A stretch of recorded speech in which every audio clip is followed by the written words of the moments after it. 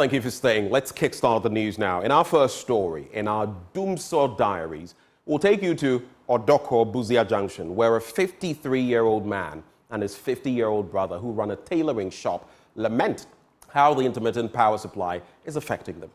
Adobia Asari tells the story about the struggles of these artisans in the midst of the Doomo crisis. There's more in this report.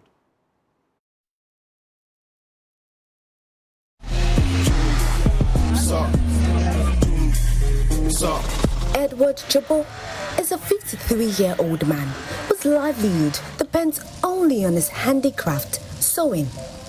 The recent inconsistent supply of power is having a terrible toll on him. I'm experiencing power cuts very well. When the power is off, our work also gets stuck. We don't meet our customers' needs.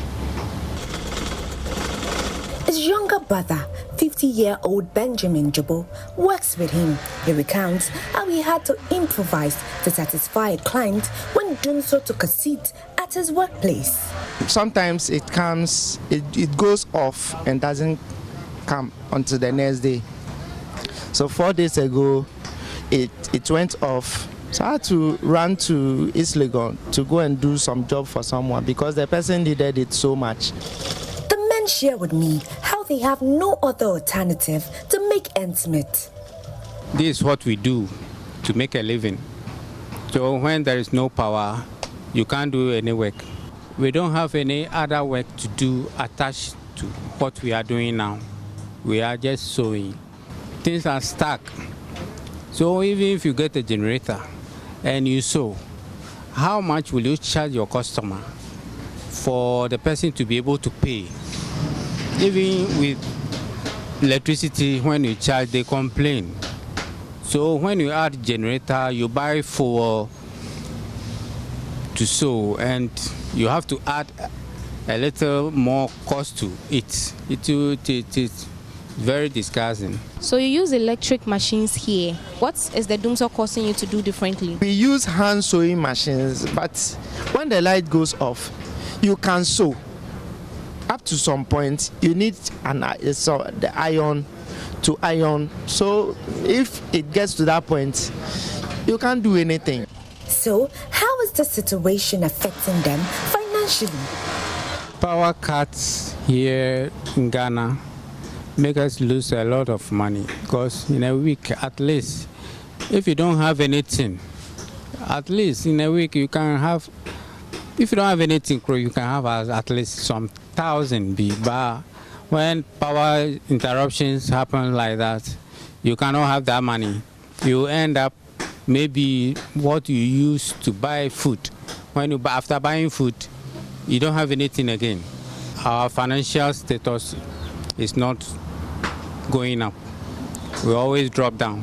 Now that the lights goes off and doesn't come out, you can't pinpoint on what you get in the week.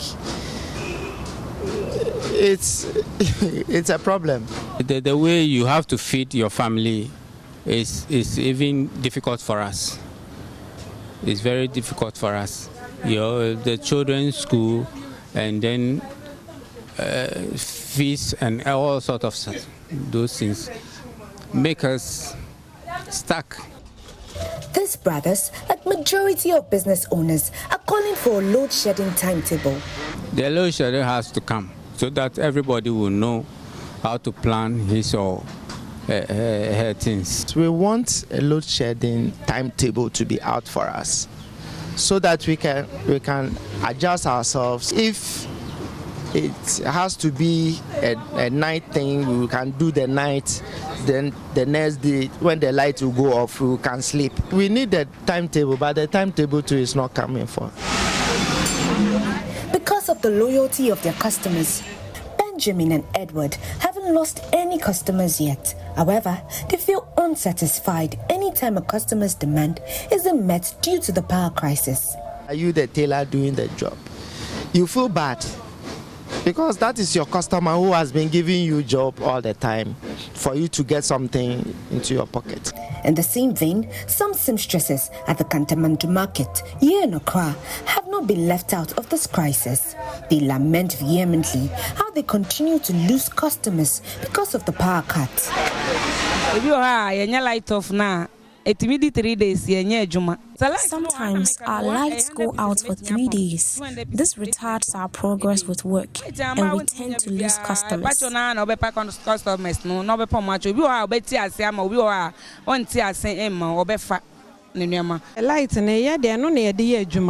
It's electricity we use in doing our work. So when it goes off, I have no other option than to go home. The power situation is really affecting us. These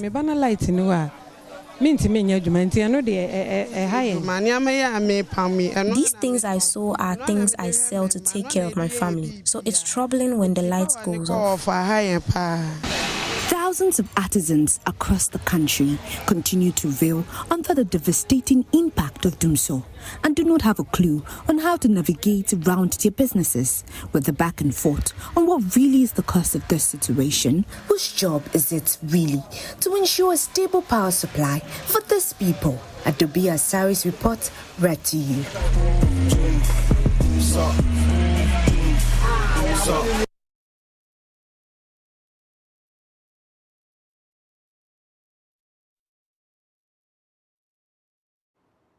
Now, in respect of the Ejisu By-Election, President Akufo-Addo says persons manipulating the candidature of former NPP MP and independent candidate for Ejisu, Kwabena Owusu-Ediomi, will fail in their bid to claim the seat from the New Patriotic Party. Now, though the president is indifferent about the former NPP MP's decision to cut ties with the party, he says the candidate's attempt to resort to lies in staging a comeback should not be encouraged by voters. President Akufo-Addo says it is only the party's candidate who can lobby for development for the constituency. He emphasized the need for the party to have a majority in parliament. Yes, you are me. Say never done it here, my NPP. All right. So done it here. All cause done it my NPP. Now never feel no more about no name. 2008 Obano na Ejisu ha you know MP Emma Ejisu cabinet minister yeah deputy minister cabinet minister of foreign affairs Mijemu 2007 se me kwa pray the franka tuni abano ena yemu Akufo epejano ebese manemu cabinet minister ono no baya ono no besi kan eno tu no ebeye candidate in our faces obeye MP eno dey say eno dey na papa yes sir eno dey na niche ho so abawa betu cabinet minister awa obeye MP eno dey boni bi enim na wo du so no bi aba betu a Udi friends deputy minister eno ayo ya ema na wo nam na okika kansam saade ya no ya independent bia ye who teacher sinsama shedachi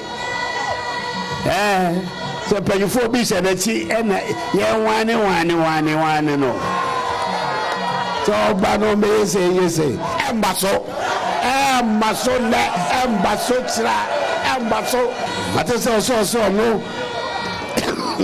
and I'm so no dey ekwan eba Ejisu if you bra ye no fura ba mu no eden ekwan no waye a o dey abekire Ejisu for say ono e na ye ekwan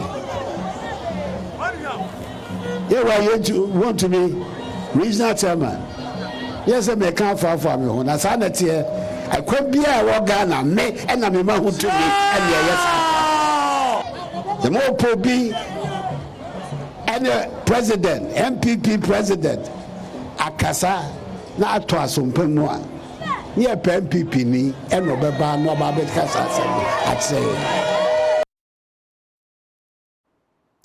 Well, President Akufo-Addo further dismissed allegations that the MPP would rig the elections. So say, ye na before baby we abanum. About to man MPP no, ye abanum ana. Sana mo peso chire. Ye say we abanum no ana we ebede, ye ba be we abanum no. On jaja isam so adana chi no oye minim di oye sa franto. Se chinyo. Ana ni mi nyina na abom e no oye. Okoso ye ne sa. No more fire some mother can some fata. In our next story, think tank Imman Africa has raised concerns in respect of the Electoral Commission's explanation for the discovery of 10 obsolete biometric verification devices at a recycling plant. In response to the EC statement that the devices were illegally or legally auctioned, Imman Africa has demanded clarification on several key aspects of the auction process. Imman Africa's founding president is also inquiring about the identity of the successful bidders and the rationale behind purchasing obsolete devices specifically designed for electoral purposes. The EC, in a statement on Friday, April 26, 2024, explained that some 10 biometric verification devices found at a recycling company in Medina were obsolete devices which had been legally auctioned. Exactly what we're asking is, what is this sneaky behavior of the EC in auctioning sensitive election equipment and sending them to recycling plants that don't have specialized capacity to shred data-sensitive equipment like biometric verification devices? The EC, in an article, in a news item we saw, that is published on the Doomo FM, claims that it auctioned just 10 devices. And the question is why? Why would anyone want to buy just 10 devices? And why would the commercial entity need 10 BVDs to recycle? Meanwhile, the records show that before the EC bought the brand new set of biometric equipment it used for the 2020 elections, they had 72,000 BVDs and thousands of BVRs. Those are the laptops for registering voters. Where exactly are those devices? The 71,990 BVDs, assuming the 10 have been sold, if all of them are considered obsolete, why then auction just 10? And also the quantities of the BVD machines in Imani's people's pictured, we realize, don't look like 10 devices. Are there any other entities in Ghana buying and discarding such large amounts of BVDs? Why did the boxes have EC insignia on them? Look, as a country and continent, we need to get serious and demand answers of leaders and not wait till things basically things fall apart before we do. Handing over thousands of devices holding the fingerprints and other vital particulars of millions of Ghanaians to uncertified facilities would in any country generate a massive uproar. Why are we always so relaxed about everything in this town? I think the EC needs to answer a lot of questions. Now, students in second cycle institutions in the Upper East region have been trained on how they can help address climate change and promote peace in their communities ahead of this year's elections. The training was organized by the Ghana Youth Environmental Movement through the Climate Awareness and Peace Education Project. Correspondent Albert Sori has more. The Ghana Youth Environmental Movement is a youth-led environmental policy advocacy and non-violent campaign group. Its core objective is to mobilize and organize young people to take action to solve the environmental challenges in their communities and also to address the global climate emergency. The Ghana Youth Environmental Movement is currently running a campaign called the Climate for Peace Campaign, aimed at empowering young people to help address climate change and also to be advocates and promoters of peace, especially among the youth in their communities as Ghana goes into the general elections this year. As part of the campaign, a workshop was organized to educate students in second cycle institutions and other groups of young people in the Upper East region on issues of climate change and non-violence. The Upper East region was chosen for this event because it is one of the regions in Ghana worst affected by the impact of climate change and also has a few volatile areas. Gloria Ejari is the programs officer for the Ghana Youth Environmental Movement. Young people are the future, and anything that happens today affects us and affects our future and affects the future of the next generation as well. And we believe that we are the right people with the energy. We are zealous enough, we we have time, we have energy to run the change we want to see in society, then, I mean, if we want to create a sustainable environment and a sustainable world, we need to work with young people like myself and the others as well. The Climate for Peace campaign is a component of the Climate Awareness and Peace Education Project funded by the Embassy of Denmark in Ghana, the West Africa Network for Peace Building, and supported by the Youth Harvest Foundation Ghana. We know climate change issues can bring about conflicts. Currently in the region, we have farmer-herder conflicts in some parts of the Upper East region. So that is why today we brought together these young people to help them to understand how climate change is affecting us and the need for us young people to also work to ensure a sustainable environment and peace in our region. So we are also going to raise public awareness on the need to plant trees and also support the youth together with the Forestry Commission to embark on some tree planting in some schools in the region. The Ghana Youth Environmental Movement also presented a petition to the Upper East Regional Coordinating Council on how the government could partner with other stakeholders to tackle climate change. Some of the students who participated in the workshop shared their experiences. I've really learned a lot, even though I used to know about climate change, but I've learned other things aside of what I know, how we recycle our rubber bags and our poly bags around.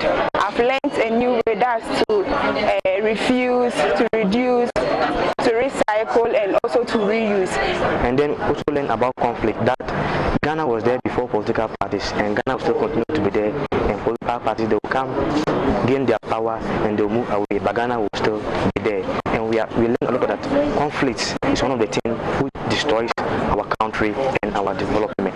It is really good to come together as one and fight corruption as our 2024 election is about to take place, and then not to be deceived by the candidates that will come to tell you that you should fight someone to make sure that he or she comes in power.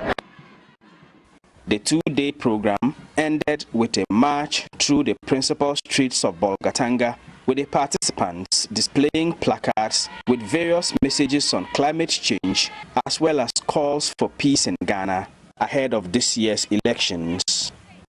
For Joy News, Albert Sori, Bolgatanga.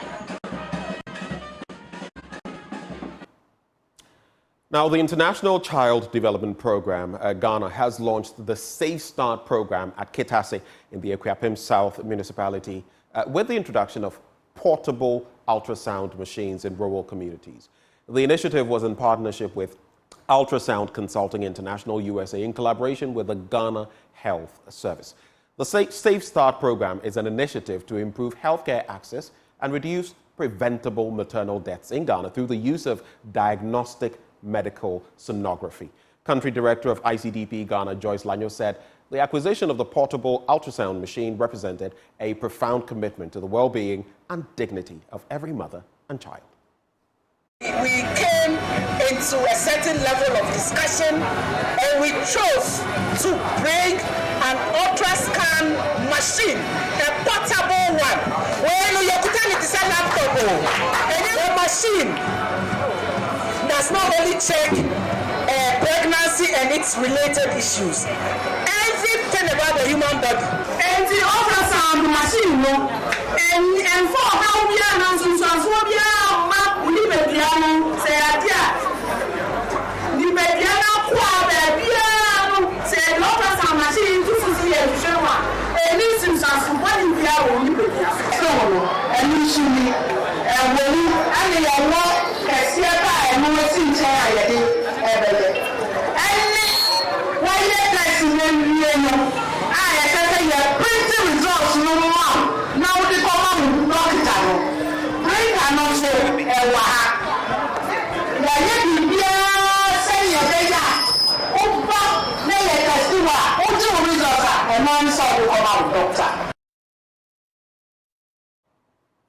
And that's how we cap off the news this morning. But do stay with us. We're up next with the news review. We'll be right back.